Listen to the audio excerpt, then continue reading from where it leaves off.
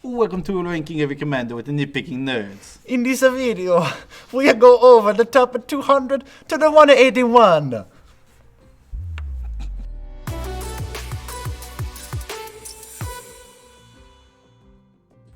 It's me, your host, Mario. And it's a me, a Luigi, and together we're the Nitpicking Nerds, and we're gonna not do that accent anymore. But make sure you haven't subscribed. If you haven't subscribed, make sure you do, because this is a great series that you can watch all the way through.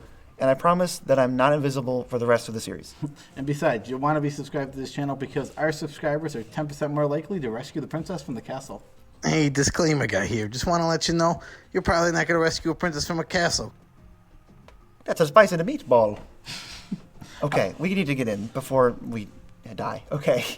Just tell them what our 5 categories are real quick. They're power, fun, coolness, artwork, and uniqueness. Out of a total of 50. If you haven't seen it, actually, we have a whole video where we talk about how exactly these commanders will be ranked. And we're not in costume for that video. We're not in costume for probably the rest of the series. Probably the rest of this series we won't, because there won't be another Halloween before we finish this. All right, so let's get into it. In number 200 is Elenda, the Dusk Rose. Number 200. Yes, this is an Orzhov commander. Has the theme of 2 white, black for a 1/1. Whenever a creature dies, it gets a counter. She has lifelink, and then whenever she dies, which means she has to hit the graveyard, you make X 1/1s, where X is for power. Yeah, the sad part about it is it has to hit your graveyard, so you gotta let her die. But the cool part is, it doesn't matter about +1 counters, it cares about her power, so you can augment that in any way you want. Yes, anthems. Aristocrats deck. This is just the Aristocrats deck. It's so good. Let's go. We're gonna go over each thing. The power. Each category. The power's main weakness is the fact that it has to go to the graveyard. Yep, it has to go to the graveyard. It's a little pricey for just a 1/1. There's a lot of setup. Yeah, there's so much setup, and if you just play this on turn 4 without ramping at all, you're gonna be in trouble because if it just dies, you've got nothing. You got a 1/1 maybe. Yeah. If you put it to the graveyard. So the fun. I mean, it's about as fun as you can get. It loses a little points because Aristocrats has been done to death. I mean, it loses points because it's both Aristocrats, like you said, has been done to death, and the fact that this commander, she does take a lot of work to do, and the fun is you're not going to have fun if you're going to take a while to set her up because that's what she does. That's where you lose fun here. Yep. So the artwork, I think it's pretty great. I love the color scheme. There's a lot of orange in it, isn't it? Any card that has a lot of orange, yellowy, reddish orange, that's great. That's great. Coolness. She's pretty sweet. She's sort of this. I think she is an aristocrat. She's like a noble that goes to Ixalan, which isn't even the plane name. I don't think. I think it's the continent name. I don't know. Because they're from somewhere else, and I think the continent that they go to is Ixalan, but she dies, and they find her tomb, and they gotta bring her back. It's crazy. She's old and super powerful. Can't go wrong with that. But uniqueness, there's a lot of black-white commanders. If you've watched this list up to this point, you've heard us talk about a lot of black-white commanders that do this sort of thing. A lot of black-white commanders, Tokens, that do sacrifice. It's just very, very common theme for this kind of commander. Right. Next we have Petra Vizier of Poisons, 199.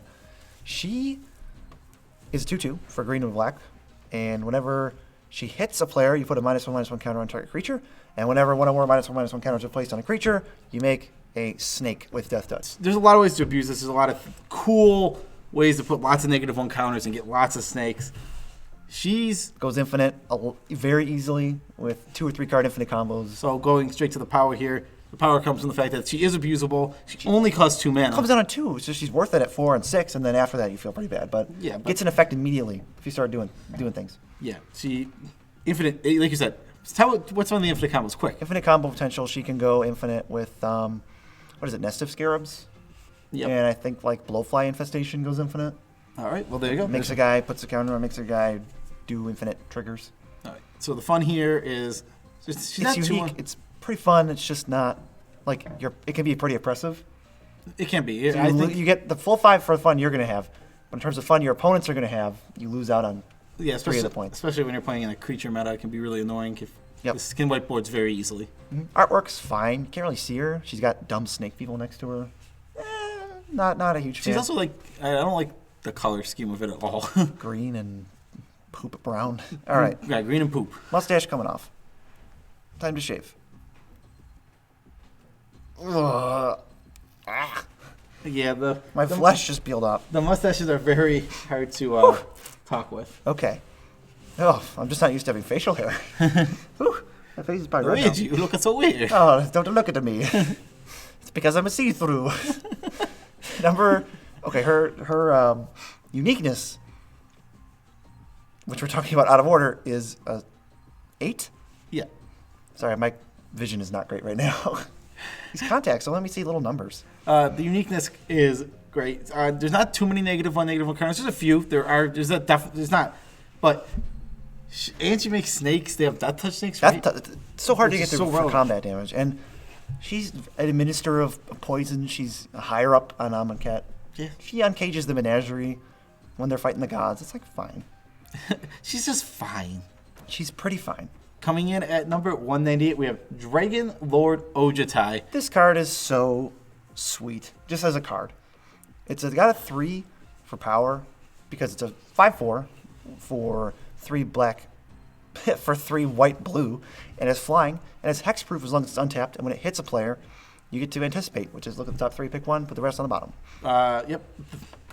The power weakness is It's slow, and it has to hit. It's slow. It has to hit.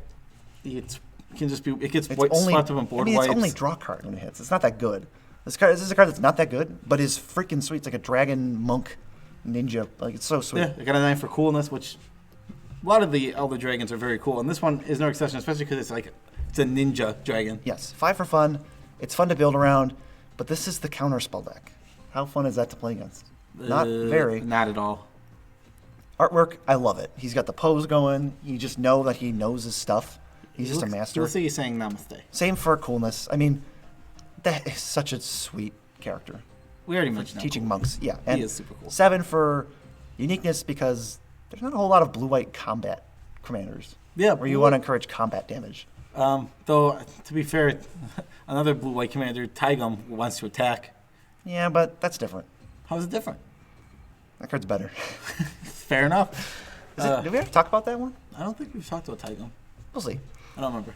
Gavi, Guru of Spores, 197. This is 2 and Abzan, so black, white, green. For a 0/0, enters with 5 counters, and you can pay 1 colorless, 1 generic, and sacrifice a creature, put a counter on something, or you can pay 1 generic and remove a counter from a creature to make a 1/1 sapling. We're going the power 6 for power because, one, this deck has so many combos. Bunch of infinite combos. If they try to kill Gavi, you can get value by paying your mana to remove all the counters from them, make saplings, keep a board state, infinite chump blockers. You're never getting hit by a fatty.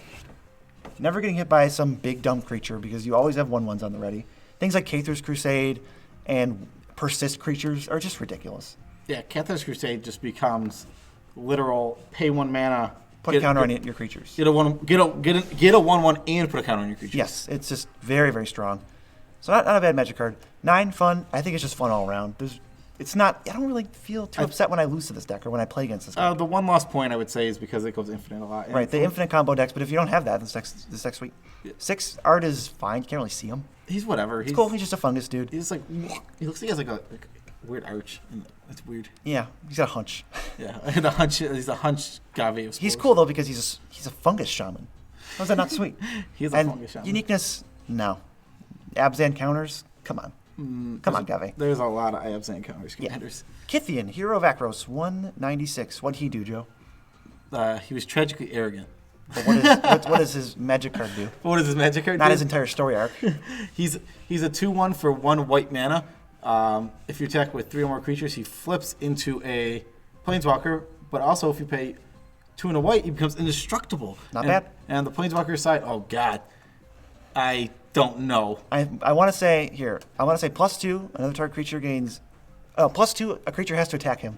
+1. Something gains indestructible, and then his 0 as it becomes a creature that hits. Sure, that sounds about right.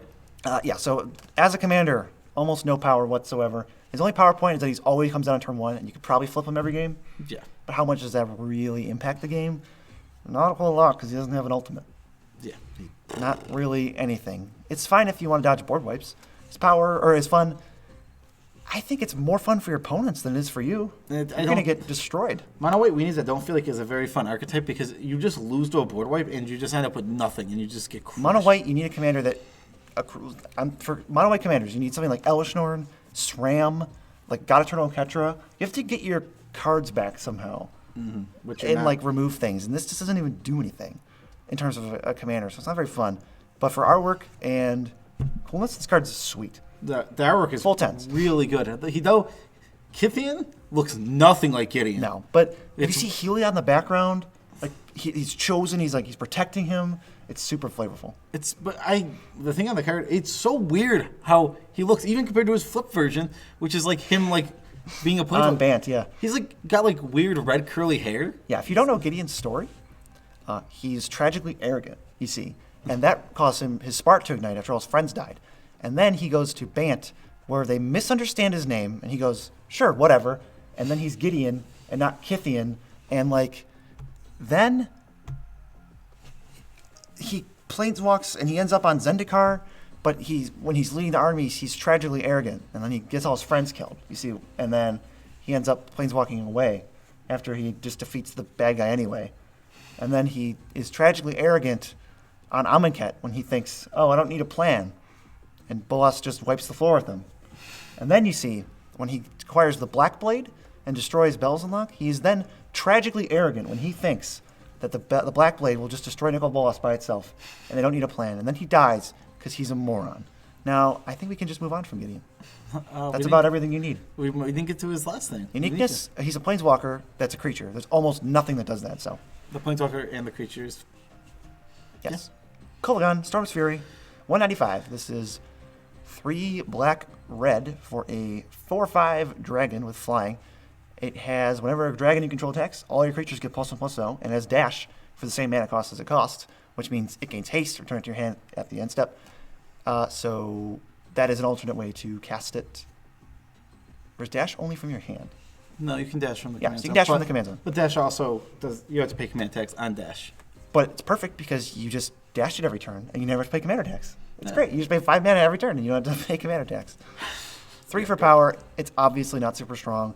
You could snowball up with a bunch of dragons for a lethal attack, but it's not that great. Fun? Yeah, dragons are fun.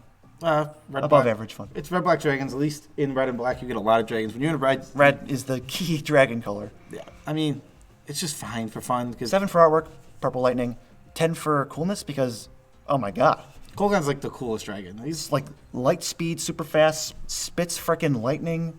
And he's got the coolest command. The coolest command, and even was the Throne of Tarkir when she died. Oh no. Yeah, so she was a chair. She was a chair. But now she's a badass dragon. 7 for the flavor that we just explained. That wasn't, no, not 7 for the flavor, 7 for the uniqueness. Uniqueness, sorry, 10 for the flavor that we just explained. 7 for uniqueness, because there are black-red dragons. And there are black-red attacks dragons. But. So it's up there, but it's not, there's things keeping it down. Next. We have Malfagor. 2, black, red for a demon dragon, which is super cool.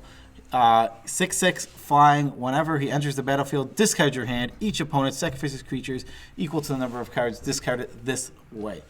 Demon dragon. Big fun. Big coolness. The 10 for coolness comes from Demon Dragon. That's all there is to it. It's crazy. You get to play this masochistic deck where you're just like, I don't even need these cards. Forget it. He loses. Power is very weak because he hurts you. He's expensive. Throwing away your hand is not worth it, and against certain decks, you're just making them sacrifice creatures is nothing. They don't have creatures. They just go, okay. Okay, so you discard your hand for nothing. Whatever.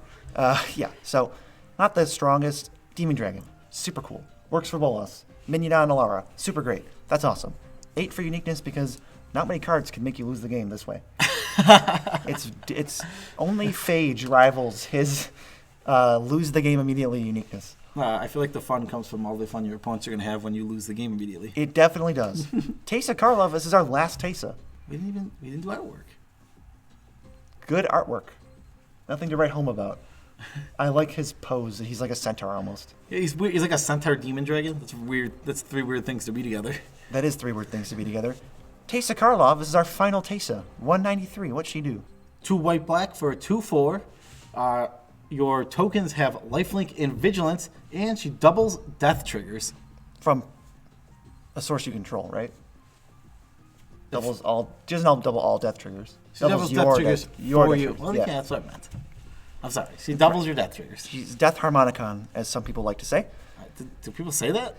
6 for power, because you can go infinite.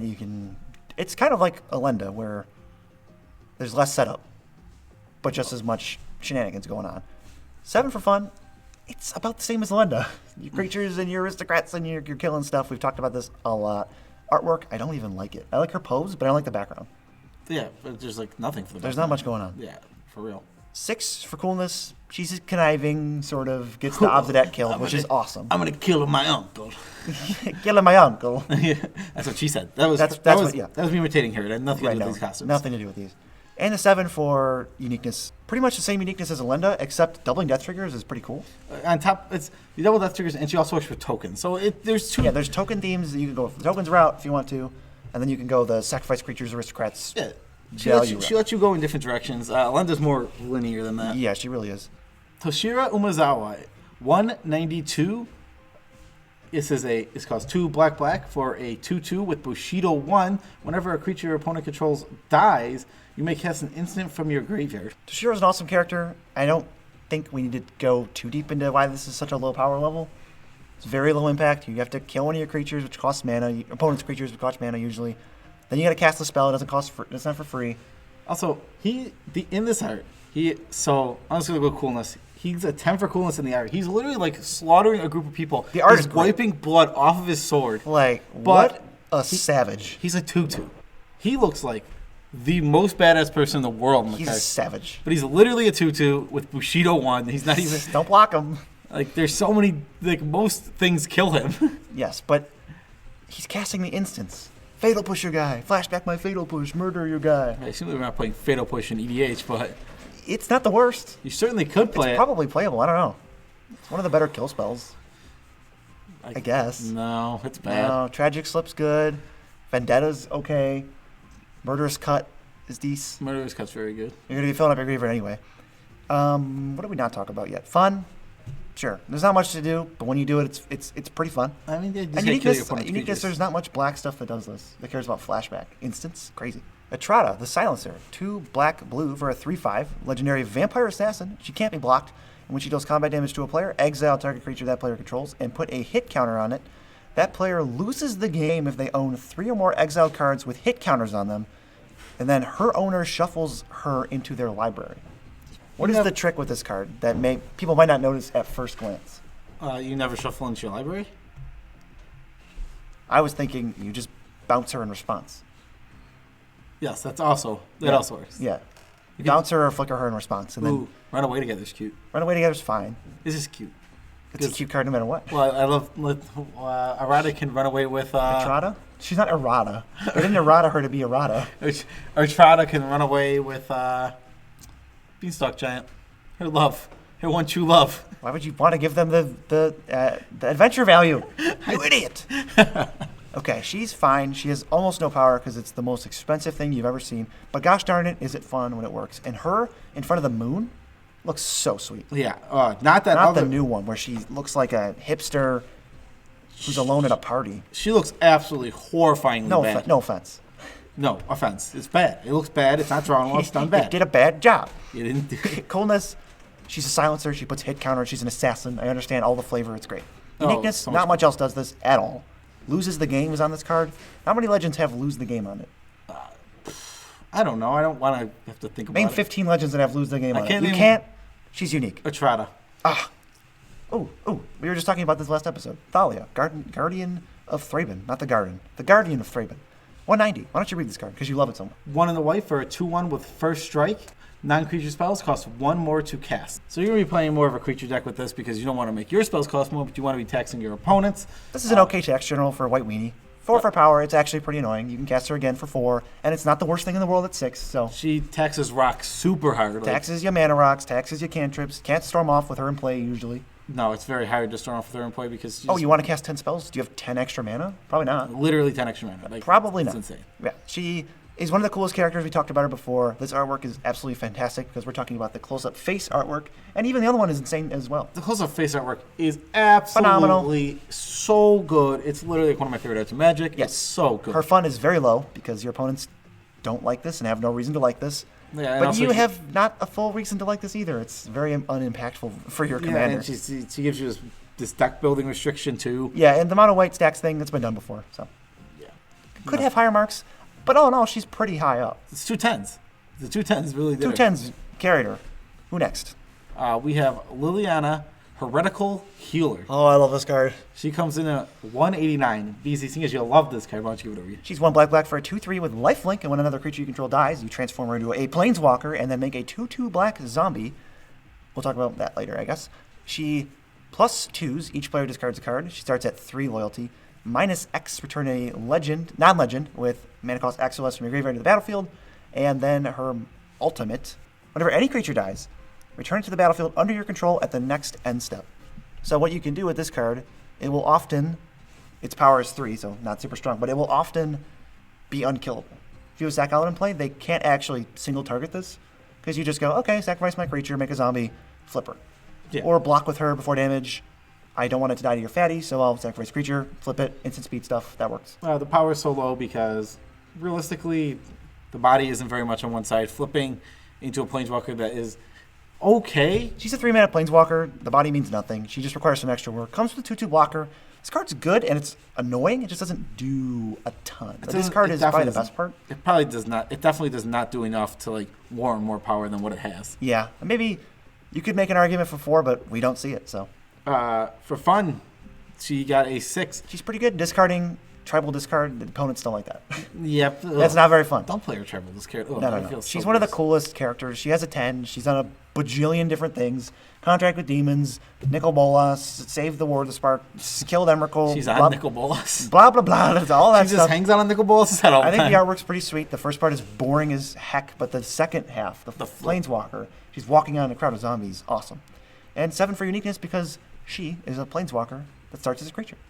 Yeah, there's only 5 of those. No, wait, 6. 6? Nicol Bolas now? Ah, yeah. All right. The next... You can read the next one because you have a pet name for this card. HokeyDokie Drinker? It's 188. What does HokeyDokie Drinker do? HokeyDokie Drinker is 2/2 for 2 white. Lands don't untap during their controller's untap step. They instead get to untap 1 land. Yeah, on their upkeep, you untap 1 land. Yeah, I mean, I just instead tap. Can you guess how many fun points this has? None from your opponents. And 5 from you because you're going to be finding ways to take advantage of this. Yeah, you're going to go, woohoo, I don't use lands. I use mana rocks and other value creatures that provide incremental advantage. You don't need mana rocks, etc. Take over the game. This is another mono white stacks commander, hence the decent uniqueness because Winter Orb's never been on a creature. The art's pretty good. The unique or the coolness. This character is sweet. He's a tornado. Dust monster thing. He's like a tornado with a face. How cool! It looks so cool. Insanity. And a 4 for power because it's annoying, but it's not unbeatable. It's definitely not unbeatable. In fact, like if it's in the command zone. This is your commander, so you can see it. Hold up instant speed removal. Everyone sees it coming. Yeah, everyone sees it coming. You get surprised by Winter Orb. You don't get surprised by this card. You don't get surprised by anyone's commander. Obnixilis, Unshackled, 187. Can you read this card from memory? Oh God, can I? 4 black for a 4/4 for a flying trample creature. Whenever an opponent searches his or her library, that player sacrifices the creature and loses 10 life. Mandatory, not choosing. They have to do both. Whenever another creature dies, put a +1/+1 counter on Obnixilis, the Unshackled. Super weird. He's also not the Unshackled. He's just Unshackled. Yeah, Obnixilis, Unshackled. This card's fine. It's really... It's only got a 3 because it's a little clunky. It's super clunky. You know what they can do? This card basically says they can't search. It's not like they're just going to search anyway and go, fetch land. Oh, I take 11 life instead of 1.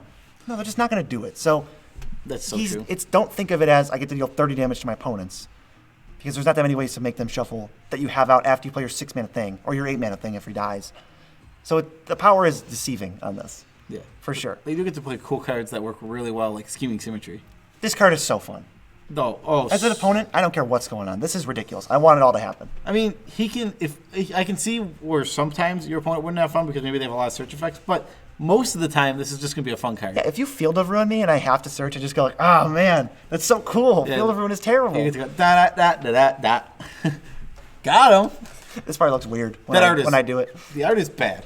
The art is not good. Yeah, the art is mediocre. It prevented him from being so much higher. If his art was an 8, he'd be almost top tier. Yeah, he'd be there's not much higher than 38 pointers. Higher. Spoiler alert. Obnixilis is a really cool character. He becomes worse and worse. Yeah, this at this point in the story, Obnixilis was still cool. Also, we have also non-biased people love Obnixilis just because we personally hate Obnixilis. The non-biased doesn't give us a right to make this list our own personal list. This is as close to an objective list as we can come up with. The only person I feel like we hated on more than we should have maybe was Chandra. Maybe she should have got more cool, but I still don't think Chandra's cool. Wow, impulsivity. Great. What else does she do? Oh, that's it? This man crushes pigeons. Yeah, he crushes pigeons because he wants to. And he's unique. He's very unique because there's not many ways. I mean, there's a few ways to stop your opponents from searching. They're all mostly in black and blue. But when they do, you just punish them so much. Oh, yeah. It reminds me of Dragon Lord Kolagon, where, you cast this? Well, it punishes you ridiculous. Like, an obscene amount where you just wouldn't think they'd put that on a Magic card and it just looks cool. To the eye. Like 10 life. Oh, my God. Because you lose half the game. Yeah. It would be maybe better if it said they can't search. But it'd be way less cool. Oh, yeah. It's not nearly as cool. Yeah, not nearly as cool. The Punisher effect is what's cool. Dragon Lord Slumgar is 186. It is a 6-mana 3/5 flyer with Death Touch, and when it enters, you can gain control of a creature or a planeswalker for as long as you control Dragon Lord Slumgar. Power level is 3 because it's expensive, but once you have a sack outlet or anything, they're never going to get their permanent back. You don't even necessarily need the sack outlet. You can just maybe seal Planeswalker, use like its ultimate. That's happened. I've done that before. No, that's pretty sweet. Like you just go Dragon Lord Slumgar, take your guy. Okay, thanks. Yep. Or use their creature, get its Dies ability. Take their Sad Robot, sack it, draw a card. Yeah, that's perfectly sweet. Fine.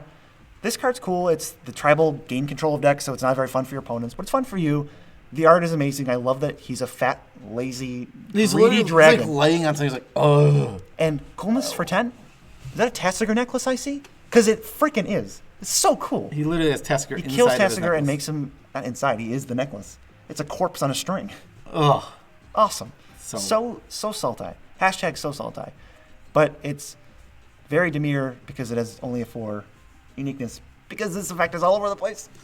Can control things. Never seen that before. Never seen that before. Yes, I have. Who's next? Lord of Treasurehorn. 1 blue, black, red for a 10/4. Copy that. 10/4. 10/4. When Lord Treasurehorn enters the battlefield, you lose 2 life, sacrifice 2 creatures, and an opponent draws 2 cards. 1 black, regenerate him. He's an unkillable killing machine that gives somebody a huge advantage. And, I mean, you sacrifice a creature is nothing.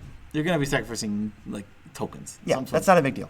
I think this card is actually pretty sweet. It's underrated, but the power level is still low. It can only be so good as just a big, beefy dude who you need to regenerate a lot. If he was 11 power, he'd be...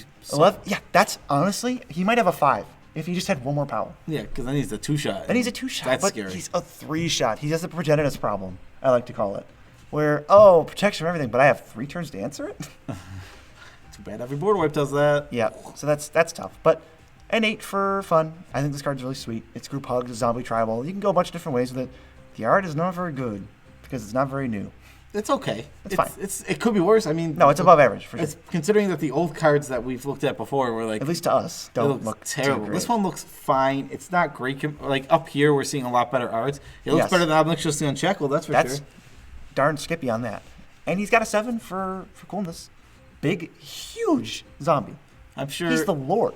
This is one of those things where I'm sure he has lore, but 2 paragraphs that we read that we couldn't tell you now. And uniqueness, you can hate this is crazy. I like this card a lot. 9. Oh, it's super unique. This is like... You draw 2 cards, and I'll sacrifice a creature, and all this. The idea is he's supposed to have so much downside that he's like unplayable, but but it's not that much downside, really. You could even just Torpor Orb it.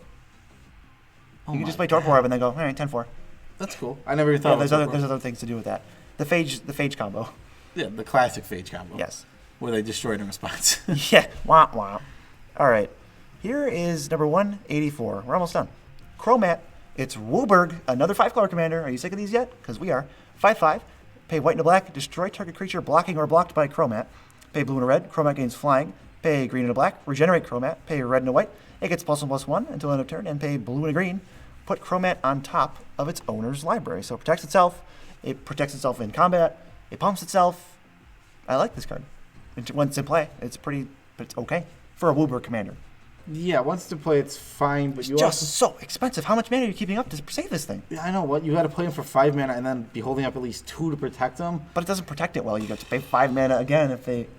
I might want to go. All right, try to kill it. Oh, you have to put it on top of your library. Well, it can regenerate also. Yeah, that's true. But depending on what it is. Yeah, I mean, if it's an exile effect, you have to put it on top of your library and get 5 again. Ooh. Yeah. Yikes. Ooh. So 8 for fun. Who is it? It's 8 for coolness and 8 for fun. It's ripping up a polar bear, and it does a bajillion different stupid things. This card's cool. It does. I mean, it's just unique. It's all over the place in the way that it's doing a million different things. At least this is a 5-color commander where it tries to use all the colors in different ways and the combinations. It does that, but none of them are exciting. They're not. Which is the problem for me. I'm not saying the card isn't like the most exciting or powerful, but it is very unique in the way. It's kind of like a charm with 5 modes. That's really sweet.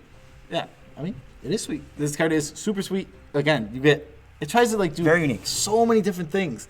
At least it does at least 2 of them. Okay. At least it tries to be a 5-color commander. Yeah, it tries to have that matter. It tries to incorporate all 5 colors. Yes. Not just have some Wooburg ability. Or just doesn't say Wooburg for no reason. Like, yeah, exactly.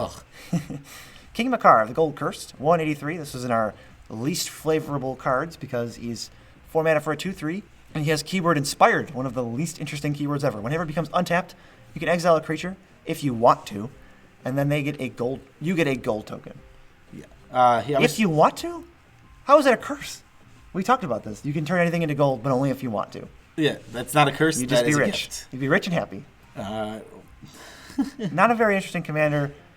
Our friend, I remember our friend Scott, friend of the show, loved to put this guy in Smuggler's Copter, and he would always do drawings and playmats of King Makar, of King Makar in the Smuggler's Copter. Because it's King Makar. He's in a car. Yeah, King Makar's vehicles. He actually is very good with crewing, though, for realsies. Because you don't have to get him in combat. That's what the deck does, is just find cheeky ways to tap and untap him. There's combos you can do, too. Exile a bunch of creatures. 6 for fun. It can be a little annoying. There's ways to use him and make him good, but I don't think it's very fun for you. It's probably 3 and 3.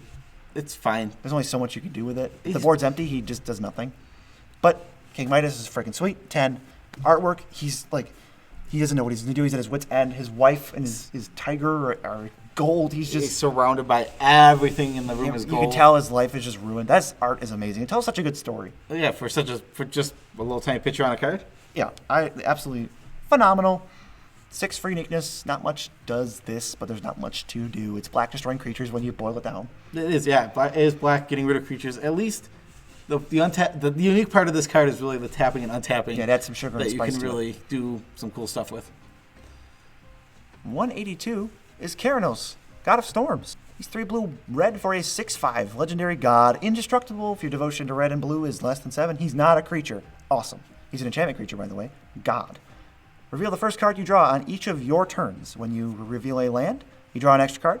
When you reveal a non-land, you deal 3 damage to target anything. Target anything.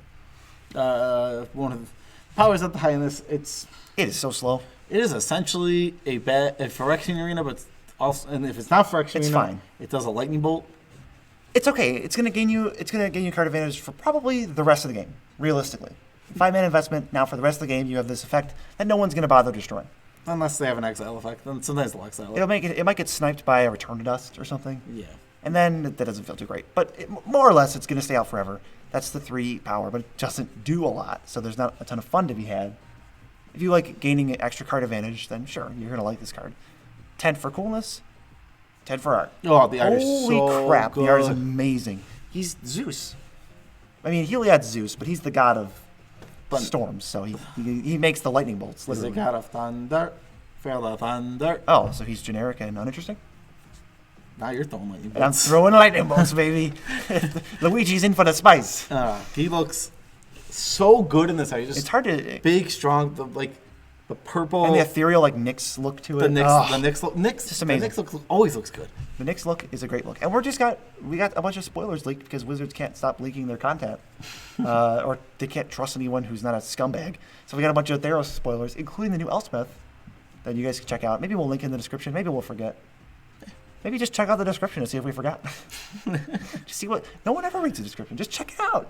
Somebody reads the description. Yeah, a lot of people do. 4 for uniqueness because it doesn't really do anything. Blue-red draw cards? Lightning bolts? Draw card? Are those supposed to... It's a legendary enchantment creature god. That's where all the uniqueness comes from. Yeah, because... No. And even legendary enchantment creature god has been done 15 times. Yes, it has. 15 times, but 15 isn't that crazy. It's 1 cycle. The last one we have. Who do we have? Grin, Corpse Born. What's he do? 3 blue, black for a zombie warrior 5/5. He doesn't untap during your untap step. Sacrifice another creature, untap him, and put a +1/+1 counter on. Whenever Grim attacks, destroy target creature defending player controls, then put a +1/+1 counter on Grim. So it swings as a huge beater. There's a lot of infinite combos. It's the old Gravecrawler, Phyrexian Altar type combo. Sack it for a mana, play it for a mana. Yeah, because he... Get infinite counters on Grin. Yeah. Do your thing. He also attacks very well because he destroys a blocker. It doesn't really matter that he enters tapped. He's just going to get counters and untap. Would you like to say something about this card? I was going to say that he's the main power here is being the 0 mana sack outlet. That's what's so good. The 0 mana sack outlet. The fun, it's annoying. You have to police the Grin player because if they get 3 cards out, you might lose. Yeah, they can easily That's combo. Just so much less fun for your opponents. Having to go, okay, there's an infinite combo that I have to constantly monitor. Yeah, great. I mean, you can play Grin without the infinite combo, but also Grin hits hard. He's a beater. He easily can kill people with commander He's damage. probably going to be hitting for 7 the first time, so he's probably a 3-hit. You could go Voltron, Graveyard Fill, or Zombie Tribal. Yeah. Artwork I like a lot. He's clearly this amalgam stitched together, and he's just he's Frankenstein. He is just a He's very much a Frankenstein, yeah. There's most of it. And obviously Frankenstein is super cool. There's so many Frankensteins on. They stitch together monsters like that all the time. Yeah, but this is the mythic, legendary one. This is the legendary Frankenstein. He's not sad or anything, but Frankenstein's monster. He's just not the doctor. I would assume Geralf. Yeah, Ludovic is obviously Frankenstein. Or Geralf, either one. They're both the same thing. He does. I get it more from Ludovic. Either way. Whatever. And uniqueness. Well, we didn't say he's also the coolness. He's also that name Grin is such a cool name. Grin. He's always happy because he stitched it that way. It's a Grin, like the Joker. like Joker's Grin. He does have a Grin. And the uniqueness, blue-black, sacrifice zombies. There's not really too much craziness going on there. I've seen it before. We'll see it again. I'm sure there's another one on this list. There's probably 2 more, if I had to guess, above us. But that was the list. If you liked it, like the video, dislike the video, subscribe, unsubscribe, resubscribe, tell your friends, don't tell your friends, follow us on Twitter, and check us out at patreon.com/user/nitpickingnerds. And we've recently hit a milestone because we're at 29 patrons instead of 28. We finally did it. We got to say a different number. 29. 29. We did it. And we're getting closer and closer to our goal of an underwater box opening for 50 patrons. We're not kidding. If you think we're kidding, we're not. But and special shout outs to our new patrons. Yes, our new patrons. 2 new patrons. Who are they? Well, let me tell you who they are. It's Vern and Christopher Johnston. Thank you, guys. We're so happy to have you. Thank you for your support. We love all of our patrons as much as we can without making them uncomfortable. And we'll see you in the Discord. We'll see you there. We will. We will talk to you all in the Discord. That's what we do. Additionally, if you think, wow, Grin, I never really realized that was a card. I want to buy it. Go to the link in the description, gosh darn it, because we're linking to TCG Player. One of the cards on the list, probably just choose it random. Maybe Grin, whatever. Probably Grin now. I guess. Go to the link. Click whatever you want. You can click off Grin. You don't have to buy Grin. Buy whatever, because TCG Player is cool dudes, and they're going to give us some kickback to help the channel. Yep, and the channel needs all the help it can get. You see us? He's literally invisible. I'm literally invisible Luigi. Also, Waluigi. We tried so hard to get a Waluigi costume. Doesn't exist. It just doesn't exist. Even after that whole Smash debacle. Nobody cares. Nobody cares. And it's sad. It is sad. So we're Mario and Luigi, the dynamic duo, signing off this edition of Ranking Every Commander. Do the thing. Peace out, Chip Scout. Woohoo! Gotcha. Thank you so much for watching my video.